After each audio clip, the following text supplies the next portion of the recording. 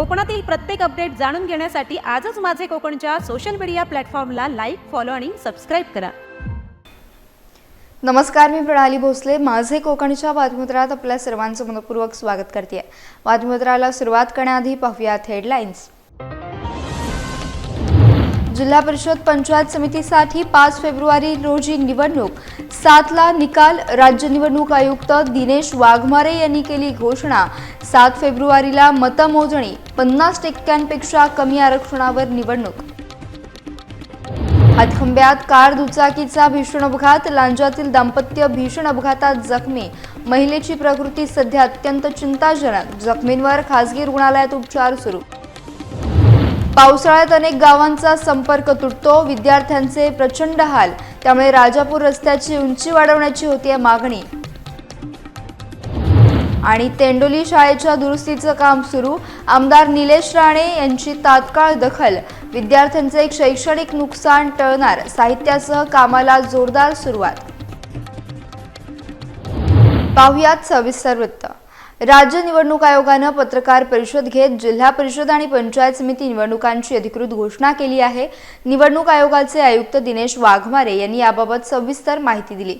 या निवडणुकांसाठी 16 ते 21 जानेवारी दरम्यान नामनिर्देशन अर्ज दाखल करता येणार असून 5 फेब्रुवारी रोजी मतदान होणार आहे, तर 7 फेब्रुवारीला मतमोजणी पार पडणार आहे। राज्यातील 12 जिल्हा परिषद आणि 125 पंचायत समितींसाठी ही निवडणूक होणार असल्याचं आयोगानं स्पष्ट केलं आहे। सर्वोच्च न्यायालयाच्या निर्णयानुसार 50% कमी आरक्षणाच्या आधारे ही निवडणूक प्रक्रिया राबवली जाणार आहे।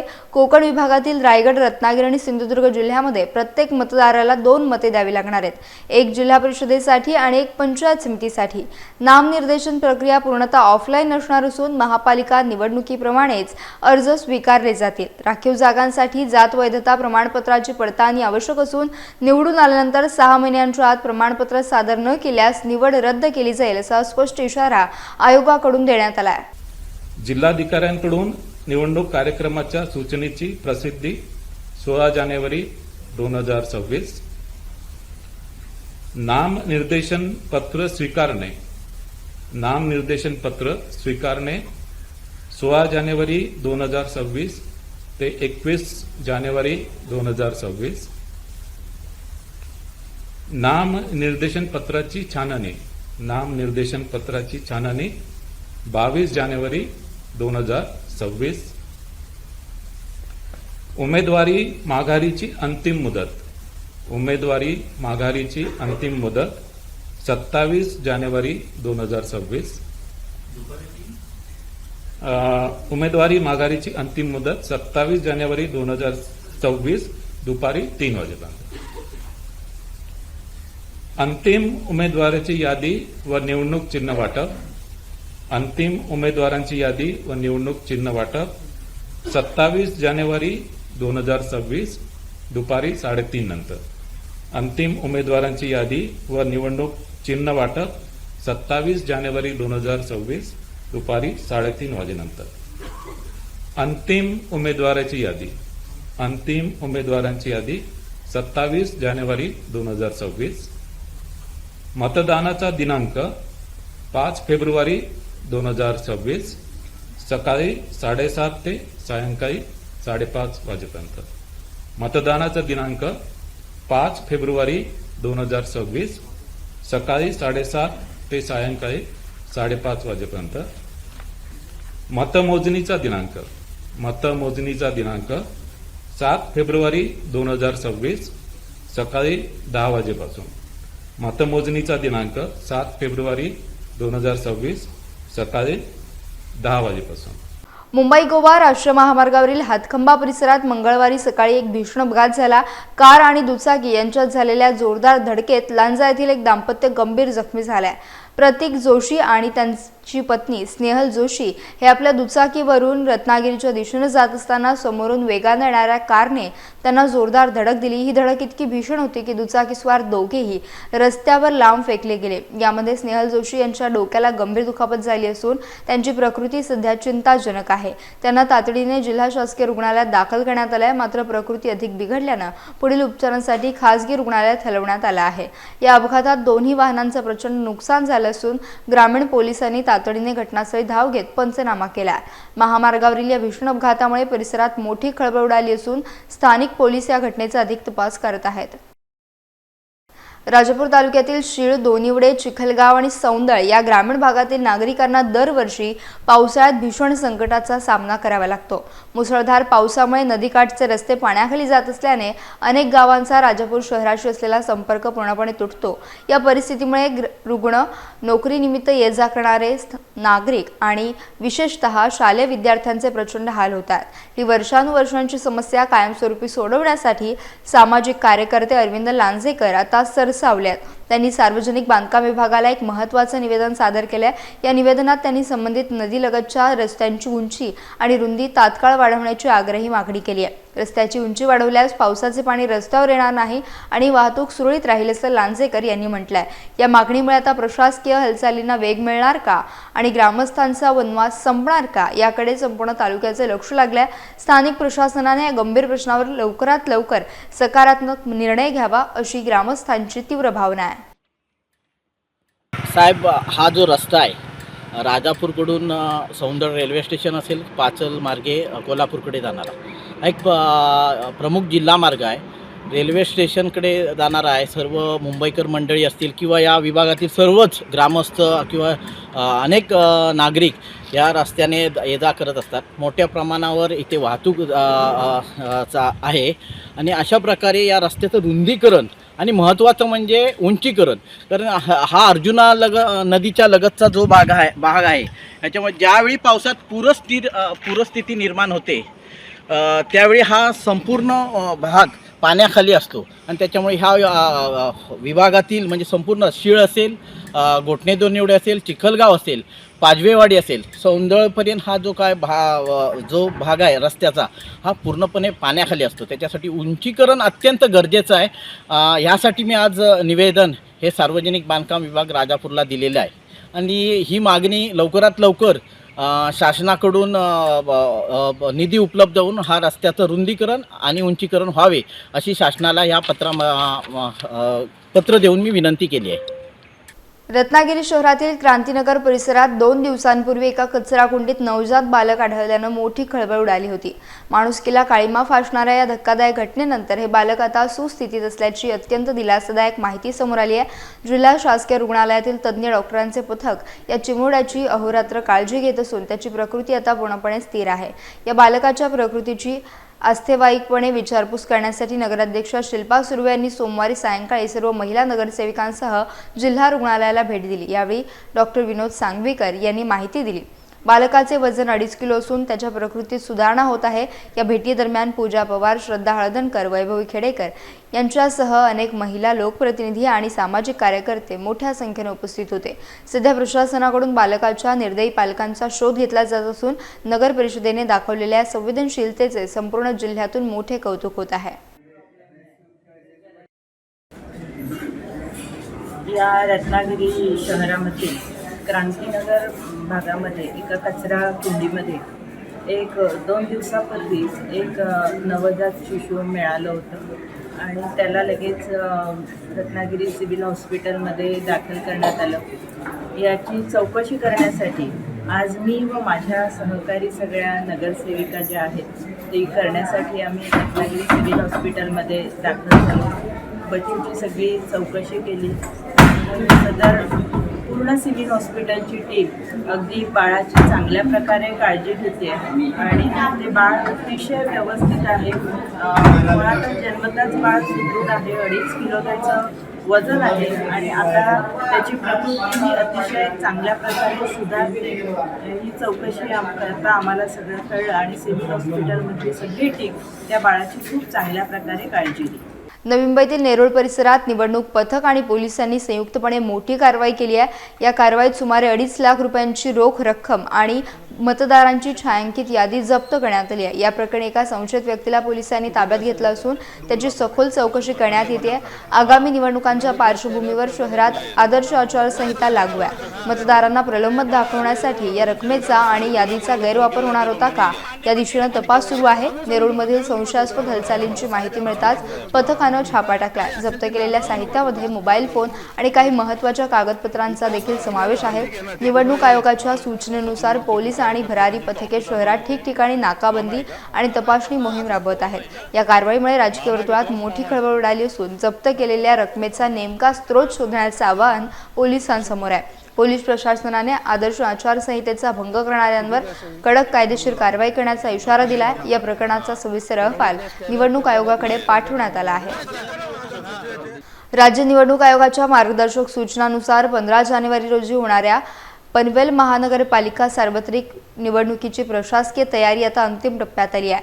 या महत्त्वाच्या निवडणुकीच्या पार्श्वभूमीवर पनवेल महापालिका हद्दीतील सर्व शाळा आणि महाविद्यालयांना प्रशासनाकडून सुट्टी जाहीर करण्यात आली आहे. मतदान प्रक्रियेमध्ये शिक्षक आणि शिक्षकेतर कर्मचाऱ्यांचा मोठ्या प्रमाणात सक्रिय सहभाग असणार आहे. त्यांच्यावर मतदानाची जबाबदारी सोपवण्यात आली असल्यानं शैक्षणिक कामकाजात कोणती अडचण येऊ नये आणि मतदान प्रक्रिया सुरळीतपणे पार पाडावी या मुख्य हेतून हा महत्त्वाचा निर्णय प्रशासनाने घेतला आहे. या संदर्भात शिक्षण विभागाने अधिकृत परिपत्रक प्रसिद्ध करून सर्व संबंधित शैक्षणिक संस्थांना योग्य सूचना दिल्यात. मतदानाचा हक्क बजावण्यासाठी जास्तीत जास्त नागरिकांनी बाहेर पडावं आणि या लोकशाहीच्या उत्सवात आपले योगदान द्यावे असं आवाहन देखील पालिका प्रशासनाकडून करण्यात आलं आहे. या निर्णयामुळे विद्यार्थ्यांच्या शैक्षणिक वेळापत्रकात बदल झाला असून 15 जानेवारीला संस्था पूर्णपणे बंद राहतील. तेंडोली गावठाण येथील जिल्हा परिषद शाळा क्रमांक 8च्या छताचा भाग दोनदा कोसळल्यानं विद्यार्थ्यांच्या सुरक्षेचा गंभीर प्रश्न निर्माण झाला होता. प्रशासकीय दिरंगाईमुळे संतप्त झालेल्या ग्रामस्थांनी चक्क भर उन्हात शाळा भरवून आपला निषेध नोंदवला होता. या घटनेची गांभीर्यानं दखल घेत आमदार निलेश राणे यांनी तातडीने मदतीचा हात दिला. त्यांच्या सूचनेनुसार जिल्हाप्रमुख दत्ता सामंत आणि सहकाऱ्यांनी 12 जानेवारी रोजी सकाळीच शाळेच्या दुरुस्तीसाठी आवश्यक असलेली सर्व साहित्य घटनास्थळी पोहोचवले. या मदतीमुळे आता शाळेच्या दुरुस्तीच्या कामाला प्रत्यक्ष सुरुवात झाली आहे. जोपर्यंत काम पूर्ण होत नाही तोपर्यंत विद्यार्थ्यांचे शैक्षणिक नुकसान होऊ नये यासाठी पोलीस पाटील संजय नाईक यांनी आपल्या जुन्या घरात वर्गांची तात्पुरती सोय केली आहे. निलेश राणेंनी दाखवलेल्या तत्परतेबद्दल शाळा व्यवस्थापन समिती आणि तेंडोली ग्रामस्थांनी त्यांचे आभार मानले आहेत. या निर्णयामुळे विद्यार्थ्यांच्या शिक्षणाचा मार्ग पुन्हा सुकर झाला असून पालकांनी मोठे समाधान व्यक्त केले आहे. काल आम्ही इथं 10 वाजता आल्यानंतर आम्हाला समजलं, आमचे सहकारी विष्णू तेंडुलकर यांनी आमच्या लक्षात आणून दिलं की अजून शासनाने कुठलीही पर्यायी व्यवस्था मुलांची बसण्याची केलेली नाहीये. त्यामुळे आम्ही इथं जमा झालो. मुलं पण इथं कुठे बसावं हा प्रश्न मुलांच्या समोर आला. इथं शिक्षकांना विचारल्यानंतर शिक्षकांनी पण आम्हाला असं सांगितलं की प्रशासनाने आम्हाला कुठे बसावं मुलांना याबद्दल कुठलेही लेखी आदेश दिला नाही. त्यानंतर त्याबरोबर हळूहळू पालक जमा झाले.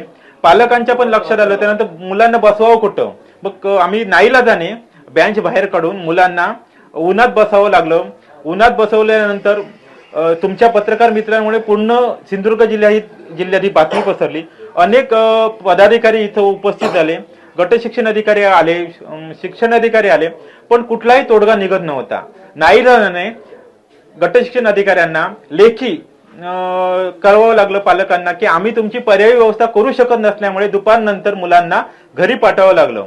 याबद्दल मी आधी शासनाचा तीव्र निषेध व्यक्त करतो. या आमच्या गावचे पोलीस पाटील माननीय संजयजी नाईक यांनी हे सगळं पाहिल्यानंतर त्यांनी स्वतः म्हणून आपलं जे जुनं घर होतं ते सगळं मुलांसाठी पर्यायी व्यवस्था मुलांसाठी छान पद्धतीने केलेली आहे. तरी पण माझा प्रशासनावर आक्षेप आहे, जी व्यवस्था प्रशासनाने केली पाहिजे ती इथले पालक म्हणून करतात. आम्ही जबाबदारी घेतो. या प्रशासनाचा मी तीव्र शब्दात निषेध व्यक्त करतोय.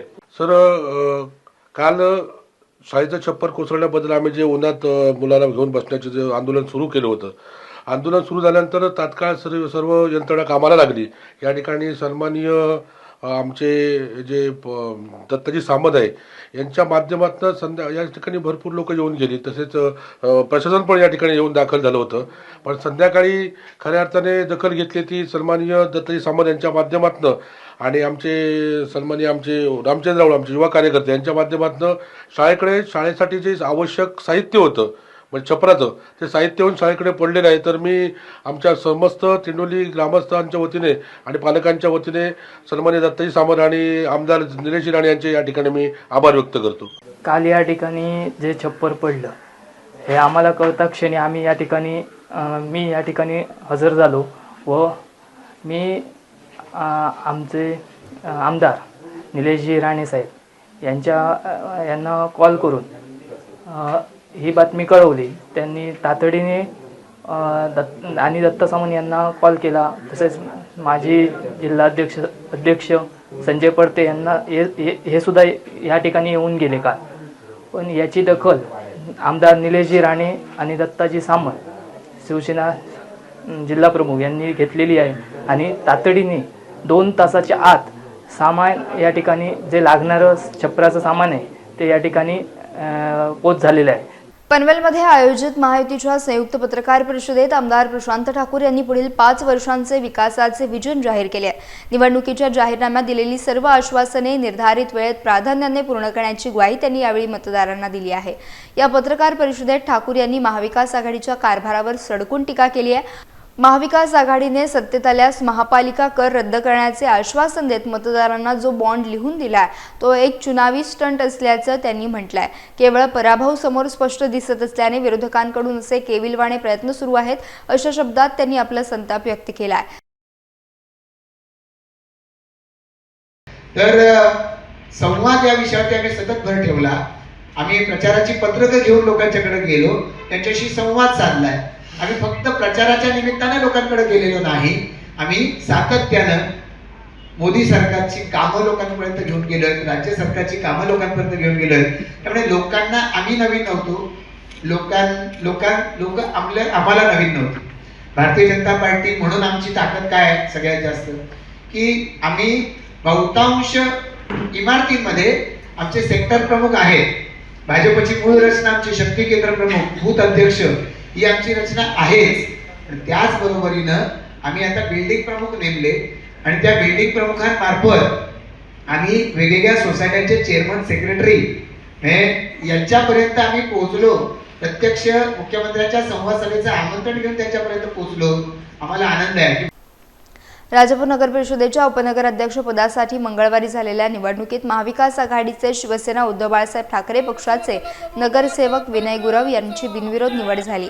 याचवेळी स्वीकृत नगरसेवक पदासाठी महाविकास आघाडीकडून पत्रकार महेश शिवलकर तर शिवसेना गटाकडून माजी नगरसेवक सुभाष बाकाळकर यांची निवड करण्यात आली.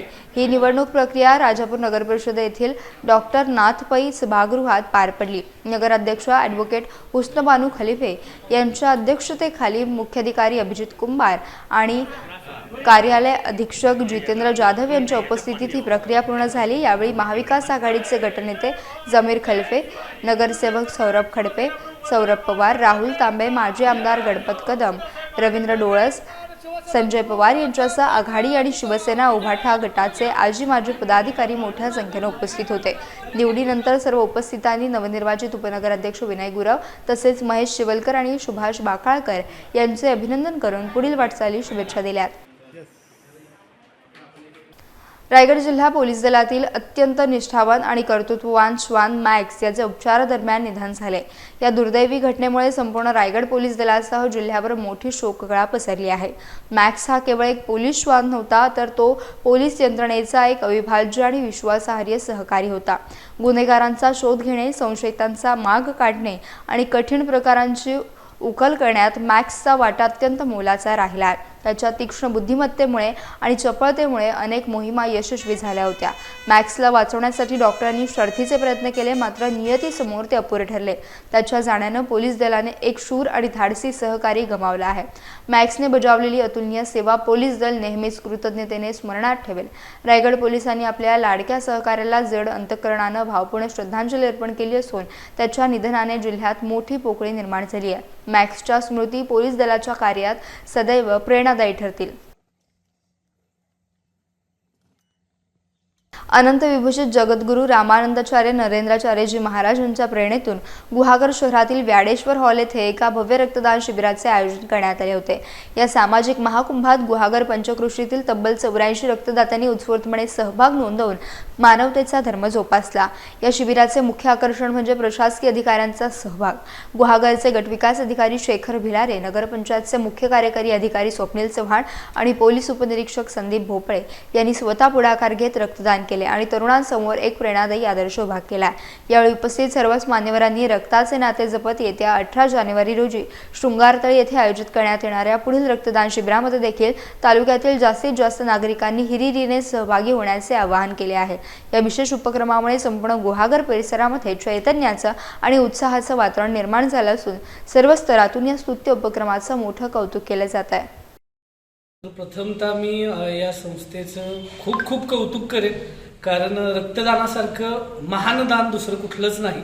आणि आज आपण आपल्या अवतीभोवती बघतो की आपल्या जवळ असे बरेचसे आपलेच बंधू आहेत ज्यांना वेळच्या वेळी रक्ताची गरज असते आणि अजूनही आपल्याकडं लोकांचा रक्तदानाकडे बघण्याचा दृष्टिकोन निगेटिव्हच आहे. आणि आपल्या संस्थेच्या माध्यमातून आज पूर्ण भारतभर जीवनदान महाकुंभ आयोजित केला जातोय आणि आज आम्हाला अभिमान वाटतोय की आम्ही दोघे सुद्धा ह्या महान कार्याचे भाग होऊ शकलो.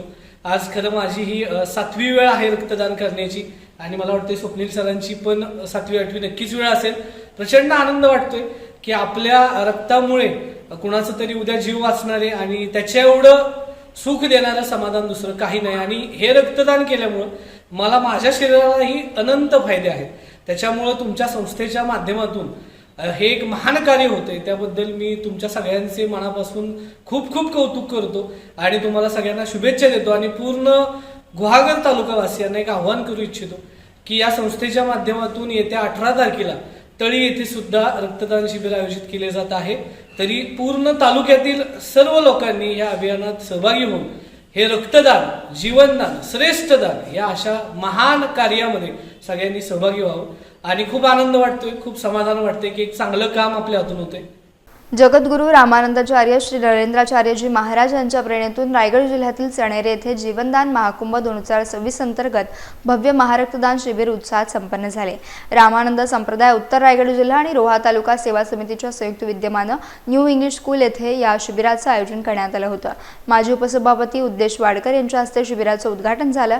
या महत्त्वपूर्ण उपक्रमात तरुण, महिला आणि भाविकांनी मोठ्या संख्येनं सहभाग नोंदवत सामाजिक बांधिलकीचं दर्शन घडवलं. दिवसभरात एकूण 131 रक्तकुपिकांचे यशस्वी संकलन करण्यात आले. स्वतः जगा आणि दुसऱ्याला जगवा हा मानवतावादी संदेश या निमित्तानं घराघरात पोहोचवण्यात आला. यावेळी मान्यवरांनी जीवनदान महाकुंभ हे केवळ शिबिर नसून माणुसकीचे एक मोठे आंदोलन असल्याचे प्रतिपादन केले. या उपक्रमाच्या यशस्वी आयोजनाबद्दल आयोजक, स्वयंसेवक आणि वैद्यकीय पथकाचे सर्व स्तरातून कौतुक होत आहे. रक्तदात्यांचा उत्स्फूर्त प्रतिसाद यामुळे हा उपक्रम खऱ्या अर्थाने यशस्वी ठरला आहे. जगद्गुरू नरेंद्राचार्य संस्थातर्फे जो ब्लड डोनेशन कॅम्प आहे तो पूर्णपणे सफल झाला आहे. खूप लोकांनी येऊन ब्लड डोनेशन कार्य चांगल्या रीतीने सत्तापित केलं. खूप लोक, स्त्रिया, पुरुष पुढे येऊन ब्लड डोनेशन केलं. डोनेशन का करतात, त्यांच्या हेल्थ मधले काय इश्यू असते ते सगळे आपण त्यांना सहकार्य केलं आहे. ब्लड डोनेशन करणं हे आपल्या शरीरासाठी किती चांगलं असतं हे आपण नेहमीच त्यांना मार्गदर्शन केलेलं आहे. ज्याचं वजन 45 किलोपेक्षा जास्त असेल ते ब्लड डोनेशन करू शकता आणि वयाची लिमिट ही 18 ते 65 वर्ष आहे. आपण ब्लड डोनेट केल्यानंतर आपल्या शरीरात नवीन रक्त तयार होतं. त्यामुळे आपण डोनेट केलेलं रक्त हे 3 लोकांचा घटक बनवल्यानंतर 3 लोकांचा जीव वाचवतात. त्यामुळे प्रत्येक स्त्री आणि पुरुषांनी पुढे येऊन ब्लड डोनेशन केलंच पाहिजे आणि ह्या संस्थांतर्फे हा कार्यक्रम असाच राबत राहावा ही माझी सदिच्छा.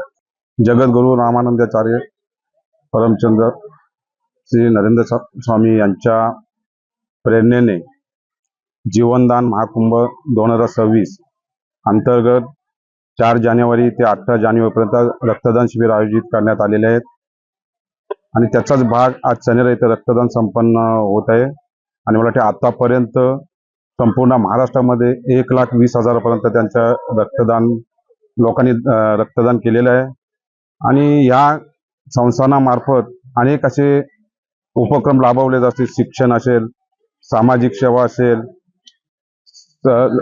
निसर्ग संवर्धन असेल, सर्व क्षेत्रात वेगवेगळ्या पद्धतीने देहदान असेल, असे अनेक उपक्रम राबवले जातात. ॲम्ब्युलन्सचं वाटप असेल, मोफत रुग्णवाहिका सेवा असेल, स्वच्छता अभियान असेल, अशा अनेक सगळ्या क्षेत्रात वेगवेगळ्या पद्धतीने काम केले जातात. आणि त्याचाच भाग म्हणून आज हा रक्तदान शिबिर आयोजित केलेला आहे. आणि स्वामींचं ब्रीद वाक्यच आहे की तुम्ही जगा आणि दुसऱ्याला जगवा. अशा अतिशय चांगल्या पद्धतीचा उपक्रम राबवले जातात. त्याच्याच आज मला देखील त्या उपक्रमामध्ये सहभाग झाले, त्याबद्दल मला मनापासून आनंद होत आहे. रायगड जिल्ह्यातील पेण येथे आरटीओ विभाग, अंकुर ट्रस्ट आणि आदिवासी विकास विभागाच्या संयुक्त विद्यमाने निर्धार माझा अभियानाची भव्य सांगता झाली। यावेळी जिल्हाधिकारी किशन जावळे यांच्या हस्ते रक्षा रस्ता सुरक्षा जनजागरण वाहनाचे लोकार्पण करण्यात आले। सावित्रीबाई फुले जयंतीपासून सुरू झालेल्या मोहिमेत महिला सुरक्षा, रस्ता सुरक्षा आणि लिंगभेदाविरोधात व्यापक प्रबोधन करण्यात आले। पेण येथील महात्मा गांधी वाचनालयापासून भव्य जनजागृती रॅली काढण्यात आली, ज्यामध्ये शेकडो महिला, विद्यार्थिनी आणि नागरिक उत्साहाने सहभागी झाले होते। या रॅलीचा समारोप नगरपालिका मैदानात रंगतदार पतंगोत्सवाने करण्यात आला। अंकुर ट्रस्टने महिलांच्या सुरक्षिततेसाठी विशेष सेफ्टी ऑडिट देखील पूर्ण केले। या कार्यक्रमाला आरटीओ जयंत चव्हाण, प्रकल्प अधिकारी तेजस्विनी गलांडे आणि डॉक्टर वैशाली पाटील यांची प्रमुख उपस्थिती होती। या उपक्रमातून रस्ता सुरक्षेचे नियम पाळण्याचे आणि महिलांच्या सन्मानाचे आवाहन करून अभियानाचा यशस्वी समारोप करण्यात आला। या कार्यक्रमाला आदिवासी बांधवांचा मोठा प्रतिसाद लाभला।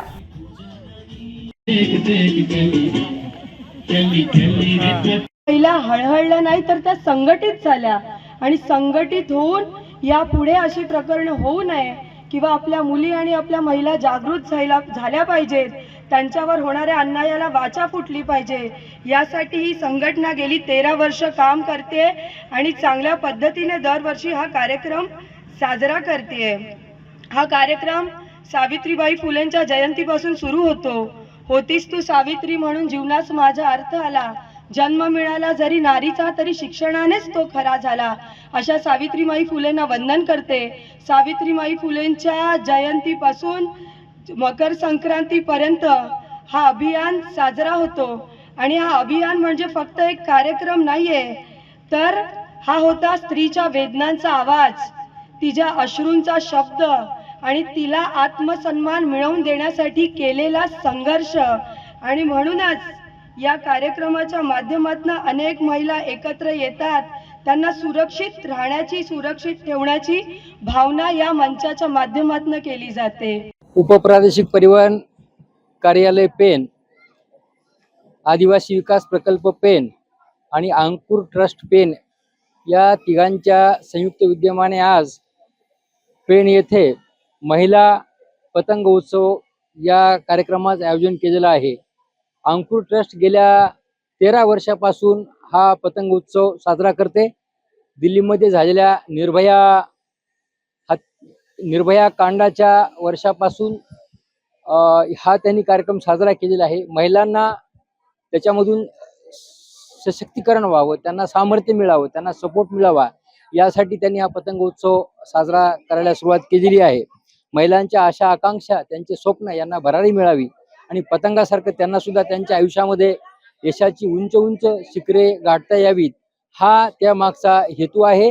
निश्चितपणाने या ठिकाणी या उत्सवातून महिलांना अधिक चांगली प्रेरणा मिळू शकते आणि त्यांना त्यांच्या पाठीमागं कोणीतरी आहे, त्यांना शासनाचं असेल, समाजाचं असेल, सर्वांचं समर्थन आहे, पाठबळ आहे, एकीचं पाठबळ निर्माण होईल, अशा पद्धतीने या कार्यक्रमाची धारणा आहे। यासह बातमीपत्रात वेळ झाली इथेच थांबण्याची विरात नवीन बातमीपत्रासह होतो, पण तुम्ही कुठेही जाऊ नका, पाहत राहा फक्त माझे कोकण।